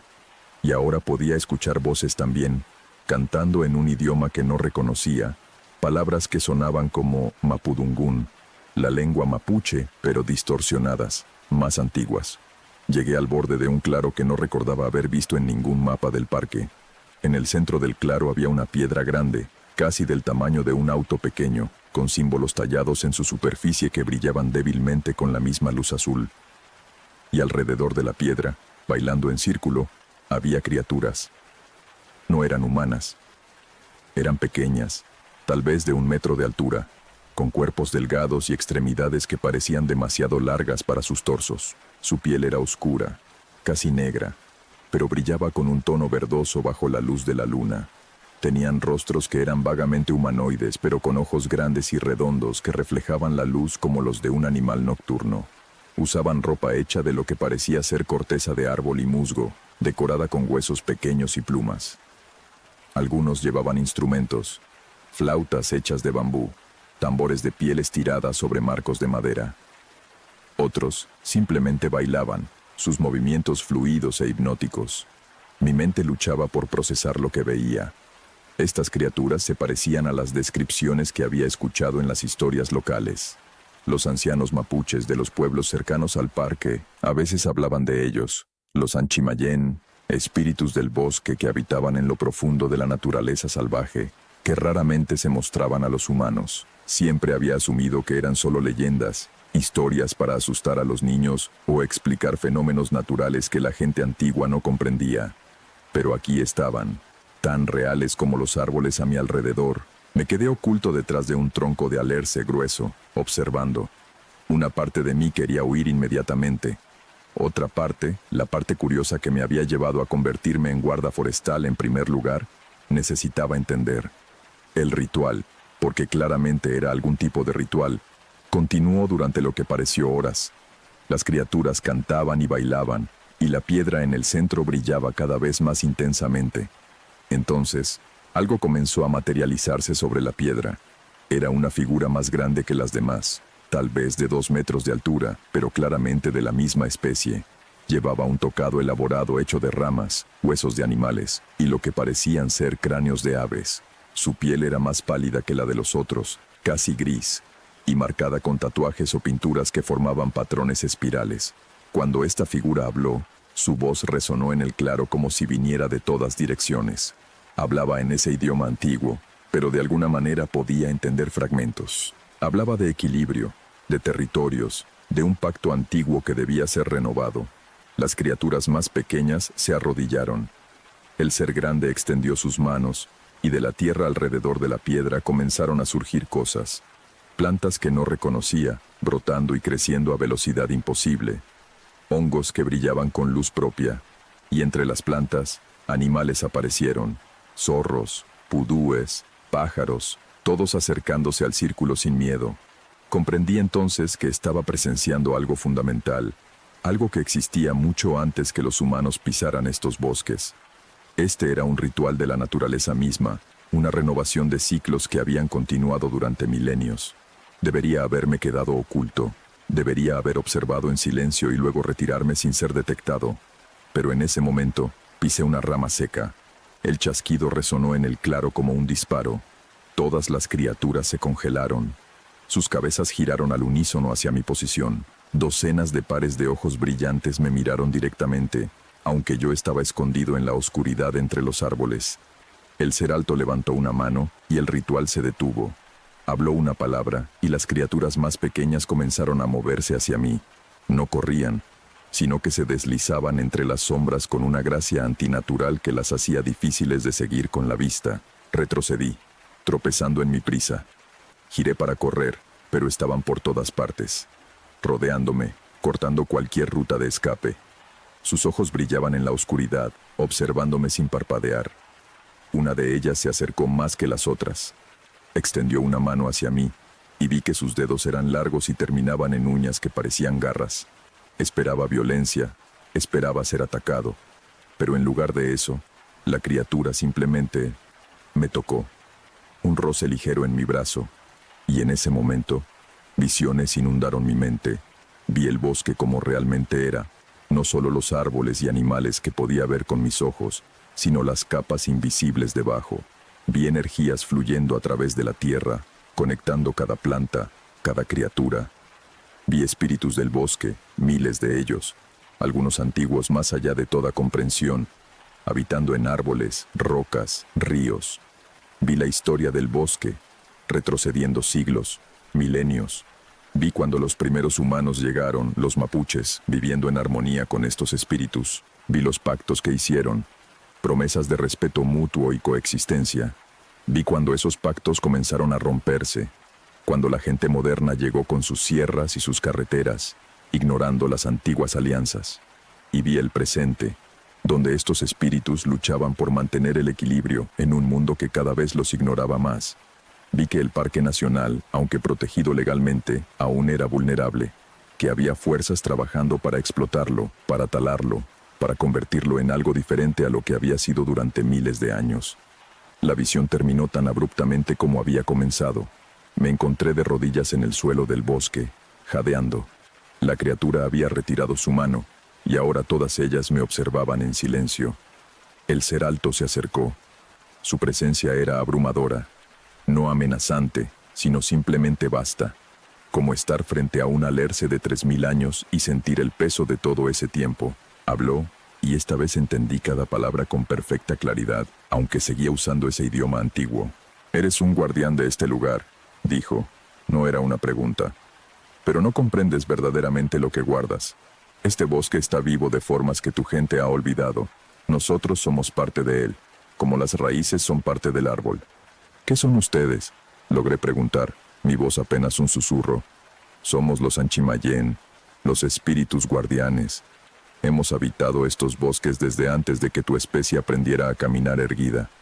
Mantenemos el equilibrio, protegemos lo sagrado, y esta noche, en el solsticio más oscuro, renovamos nuestro pacto con la tierra. ¿Por qué me muestran esto? Porque hay cambios viniendo, fuerzas que buscan destruir este lugar, y necesitaremos aliados entre los humanos. Tú has sido elegido para ver, para saber, para recordar. ¿Elegido por quién? Por el bosque mismo. Llevas su marca, siempre la has llevado.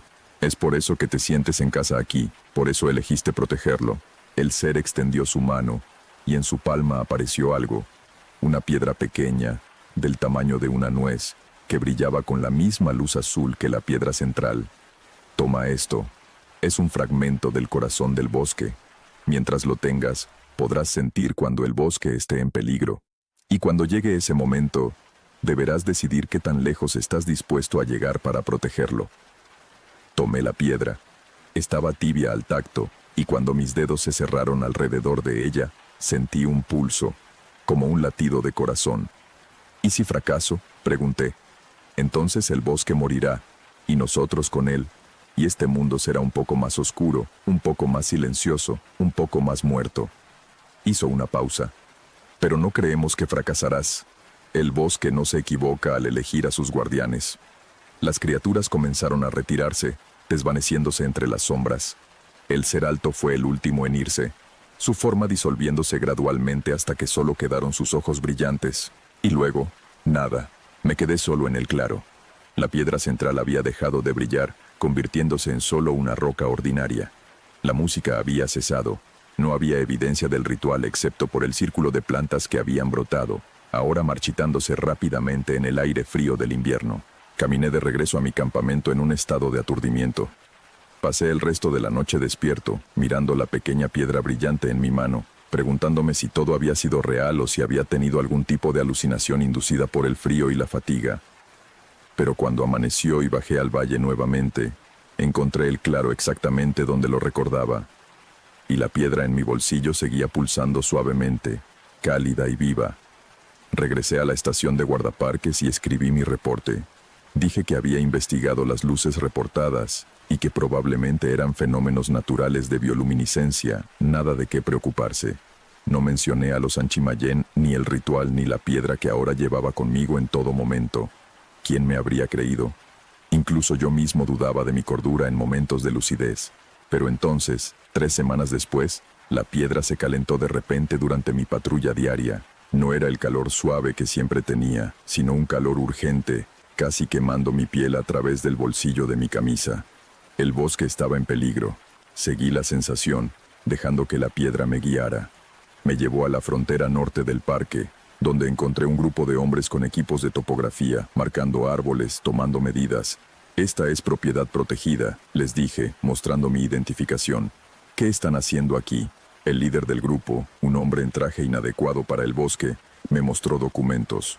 Una compañía maderera había obtenido permisos, supuestamente legales, para manejo forestal sostenible, en una sección del parque que, según alegaban, había sido desclasificada. Sabía que eso era falso. Ese sector era parte del núcleo protegido del parque. Estos permisos eran fraudulentos, probablemente obtenidos a través de sobornos o corrupción en niveles más altos del gobierno. Documenté todo. Tomé fotografías, copié los números de permiso, grabé conversaciones. Y luego, usando contactos que había hecho a lo largo de los años con organizaciones ambientales, filtré la información a la prensa. Lo que siguió fue un escándalo. Resultó que varios funcionarios gubernamentales habían conspirado con la compañía maderera para abrir secciones del parque a la explotación. La presión pública forzó investigaciones. Los permisos fueron revocados. Los funcionarios corruptos fueron despedidos y enfrentaron cargos criminales. El bosque estaba a salvo, por ahora. Pero la piedra me mostró que esto era solo el comienzo. A lo largo de los siguientes meses, me alertó de otras amenazas. Cazadores furtivos organizando expediciones masivas, compañías mineras buscando explotar depósitos de minerales cerca del parque, proyectos de desarrollo que habrían fragmentado el ecosistema. Cada vez, actué. No siempre de formas convencionales o completamente legales. A veces saboteaba equipos, a veces filtraba información confidencial. A veces simplemente estaba en el lugar correcto, en el momento correcto para documentar actividades ilegales. Me convertí en algo más que un guarda forestal. Me convertí en un verdadero guardián, como los Anchimayén me habían llamado.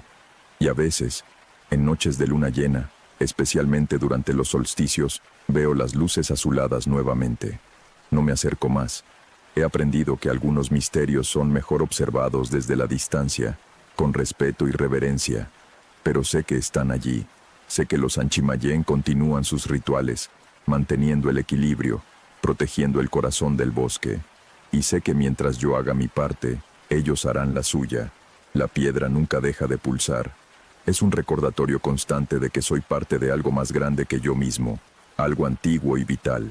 Algunos días es una carga, otros días es un honor, pero siempre, siempre es mi responsabilidad.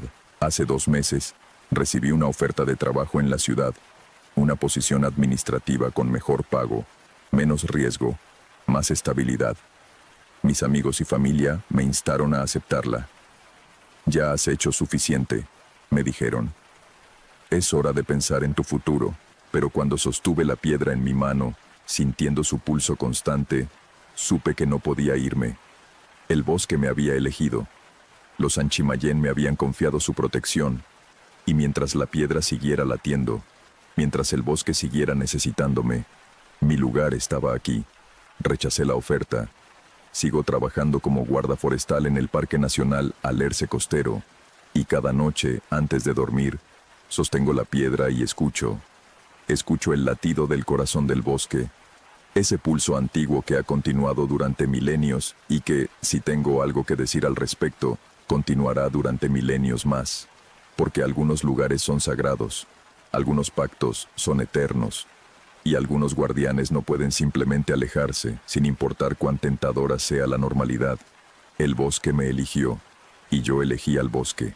Y esa elección, una vez hecha, no puede deshacerse. Así termina la historia que Tomás compartió. Me dijo que todavía trabaja en el parque, todavía lleva la piedra, todavía responde cuando el bosque lo llama. Si alguna vez has sentido una conexión profunda con un lugar natural, como si ese lugar te eligiera tanto como tú lo elegiste, déjamelo saber en los comentarios. A veces los lugares tienen guardianes, y a veces esos guardianes somos nosotros. Que descanses en paz esta noche.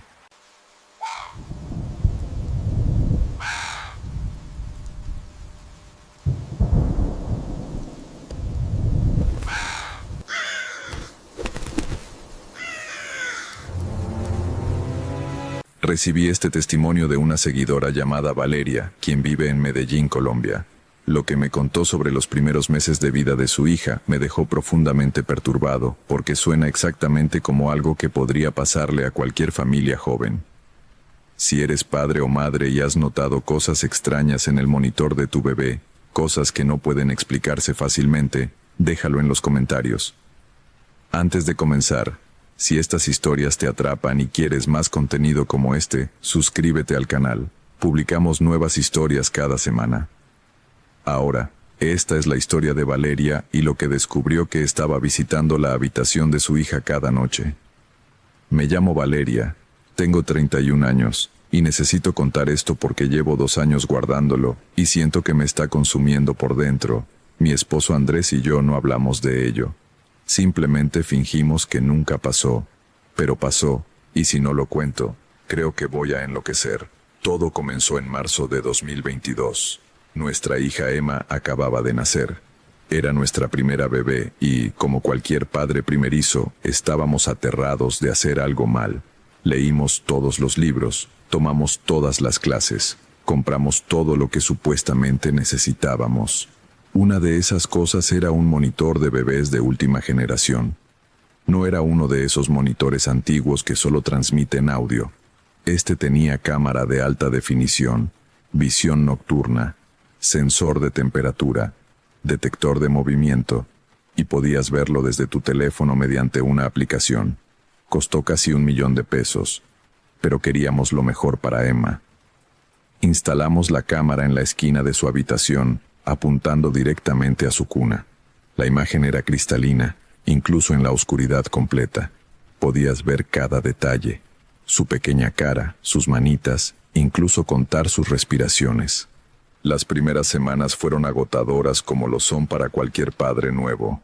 Emma lloraba cada 2 o 3 horas. Necesitaba ser alimentada, cambiada, consolada. Andrés y yo nos turnábamos. Él trabajaba durante el día, así que yo me encargaba principalmente de las noches. Revisaba el monitor constantemente, incluso cuando ella dormía, solo para asegurarme de que estaba bien, de que respiraba, de que estaba segura. Pero alrededor de la tercera semana, empecé a notar algo extraño. La aplicación del monitor tenía una función de grabación, guardaba clips de video cada vez que detectaba movimiento o sonido. Yo revisaba esos clips cada mañana, solo para ver cómo había dormido Emma durante los periodos en que yo también dormía. Una mañana, mientras revisaba los clips de la noche anterior, vi algo que me hizo detener. Era las 3:17 de la madrugada. Emma estaba dormida en su cuna, todo normal, pero en la esquina del video, cerca de la puerta de la habitación, había una sombra. No era una sombra normal causada por la luz nocturna o por objetos en la habitación. Era una sombra con forma, la forma de una persona parada. Pausé el video y amplié la imagen. La calidad se pixeló un poco, pero definitivamente parecía la silueta de alguien. Alto, delgado, parado completamente inmóvil junto a la puerta. Mi primer pensamiento fue que era Andrés. Tal vez había entrado a revisar a Emma y yo no lo había escuchado. Amor, ¿entraste al cuarto de Emma anoche alrededor de las 3? Le pregunté durante el desayuno. No, dormí toda la noche. Fue una de las pocas noches que Emma no lloró. ¿Por qué? Creo que el monitor captó algo raro. Probablemente solo una sombra extraña o un reflejo. Andrés revisó el video. Es raro, admitió, pero probablemente es solo la forma en que la luz nocturna proyecta sombras. O tal vez el sensor de la cámara captó algo mal. Estas cámaras a veces tienen fallas. Tenía sentido. Decidí no preocuparme, pero la sombra apareció de nuevo la noche siguiente. Mismo lugar, misma hora, 3:17 AM, y la noche después de esa, y la siguiente. Cada noche, a exactamente las 3:17 de la madrugada, la sombra aparecía en la esquina del video, siempre en el mismo lugar, siempre con la misma forma, siempre completamente inmóvil. Emma nunca parecía perturbada por ello. Seguía durmiendo pacíficamente. No lloraba, no se movía. Solo dormía mientras esa sombra estaba ahí. Después de una semana de ver esto todas las noches, le mostré a Andrés todos los clips. Mira, no es solo una noche. Es todas las noches, exactamente a la misma hora. ¿Cómo explicas eso? Andrés frunció el ceño. No lo sé. Tal vez hay algo en la habitación que se mueve con el aire del ventilador a esa hora. O tal vez es un defecto del software que inserta la misma anomalía a la misma hora. Deberíamos contactar al fabricante, pero yo sabía que no era eso. Había algo diferente en esa sombra. La forma en que aparecía tan perfectamente formada, la forma en que parecía estar mirando directamente a la cuna. Esa noche, decidí quedarme despierta y vigilar el monitor en tiempo real. Quería ver si la sombra aparecía cuando yo estaba mirando activamente, no solo en las grabaciones. Me senté en mi cama con el teléfono en la mano, mirando la transmisión en vivo del monitor. Andrés dormía a mi lado. Eran las 3 de la madrugada, 3:10 AM. Emma dormía tranquilamente. La habitación estaba vacía excepto por ella. 3:15 AM. Todo seguía igual. Comencé a pensar que tal vez Andrés tenía razón. Tal vez era solo un problema de software que solo afectaba las grabaciones. 3:17 AM. La sombra apareció. No gradualmente, no se formó lentamente.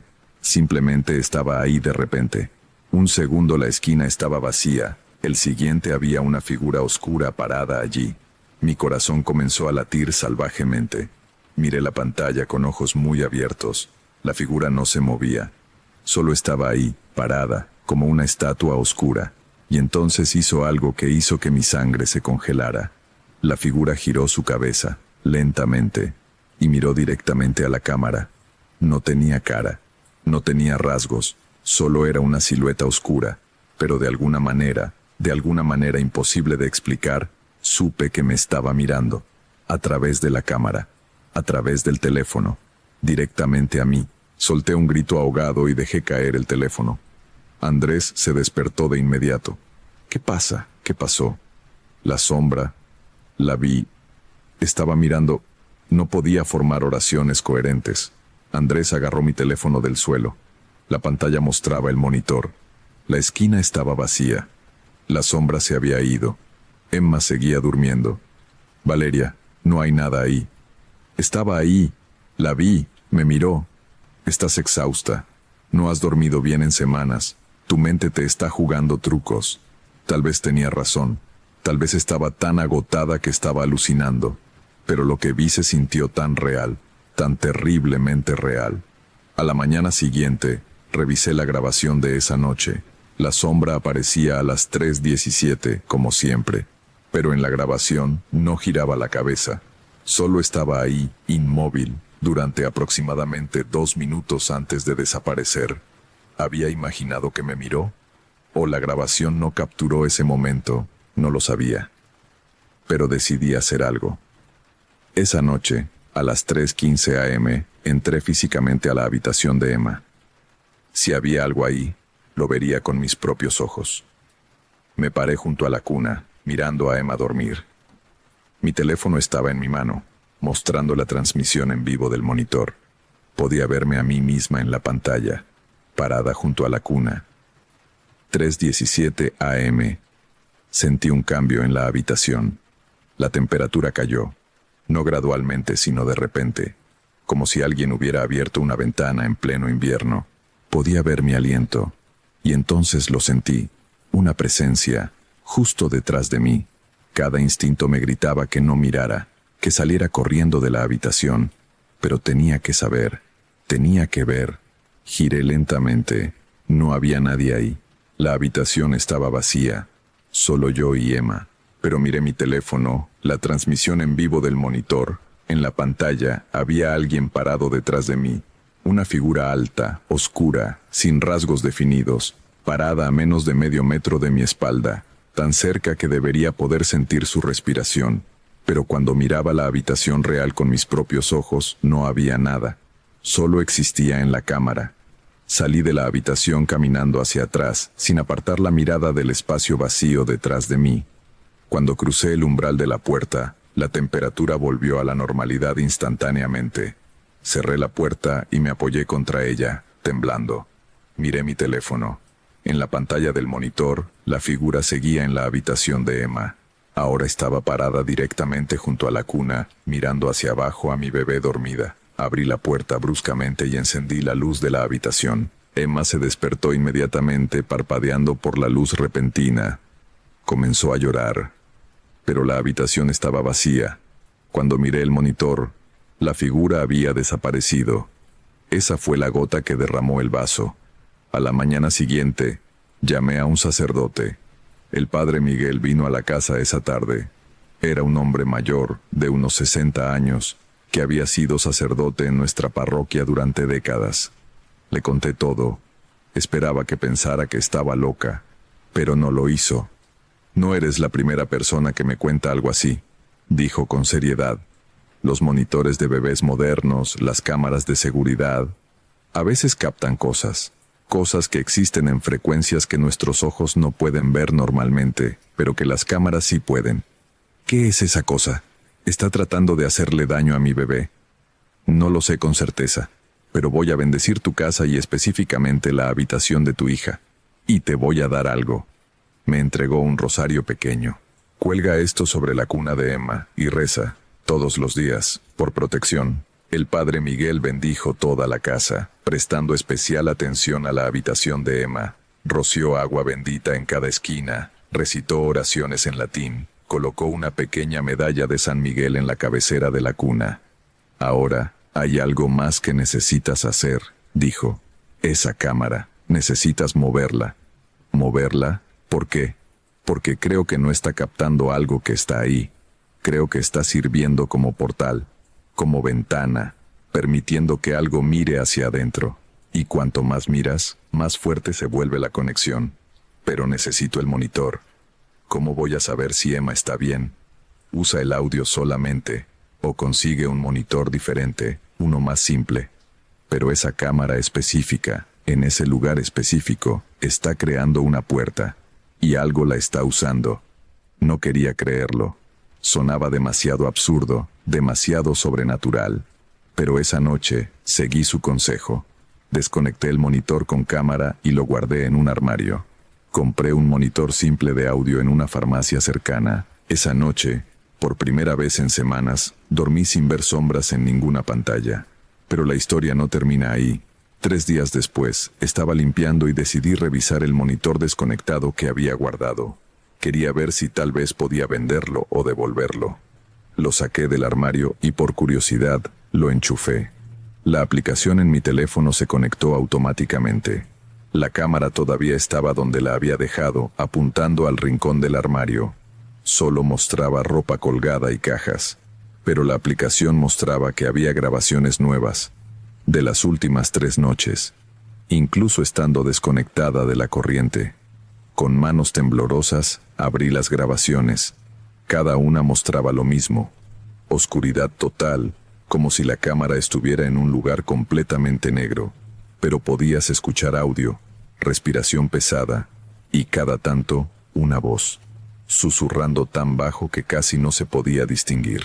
Subí el volumen todo lo que pude y acerqué mi oído al teléfono. La voz susurraba, déjame volver, la necesito, déjame volver, una y otra vez. Durante horas en cada grabación, grité y arrojé el monitor contra la pared. Se rompió en pedazos. Agarré cada fragmento, los metí en una bolsa de basura y los tiré en un contenedor público a 3 cuadras de mi casa. Nunca le conté a Andrés sobre esas grabaciones finales. Simplemente le dije que el monitor se había dañado y que no valía la pena repararlo. Han pasado 2 años desde entonces. Emma ahora tiene 2 años y 3 meses. Es una niña sana, feliz, normal. Nunca usa su habitación original. Desde que tenía 4 meses, duerme en una habitación diferente que convertimos para ella. Su habitación original está cerrada. Nunca entramos ahí. Oficialmente le dijimos a la familia que la usamos como almacenamiento, pero la verdad es que simplemente no podemos, porque incluso ahora, a veces, cuando paso frente a esa puerta cerrada a altas horas de la noche, puedo escuchar algo del otro lado. Respiración. Suave, pesada, como alguien esperando pacientemente.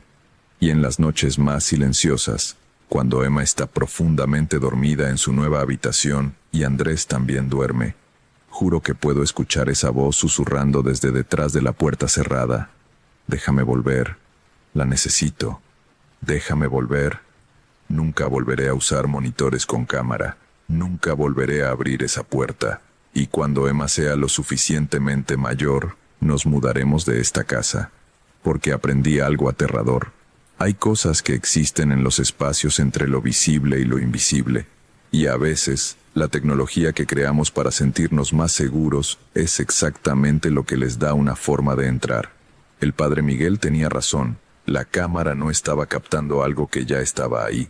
Estaba invitando a algo a entrar. Y una vez que le das una invitación, una vez que abres esa puerta aunque sea una rendija, es casi imposible cerrarla completamente. Lo único que puedes hacer es alejarte. Cerrar esa habitación, mantener a tu familia lejos y rezar para que lo que dejaste atrapado ahí no encuentre otra forma de salir. Hasta aquí llega el testimonio de Valeria. Me dijo que escribir esto la ayudó un poco, aunque todavía vive con el miedo de que algún día tendrán que enfrentar lo que dejaron encerrado en esa habitación.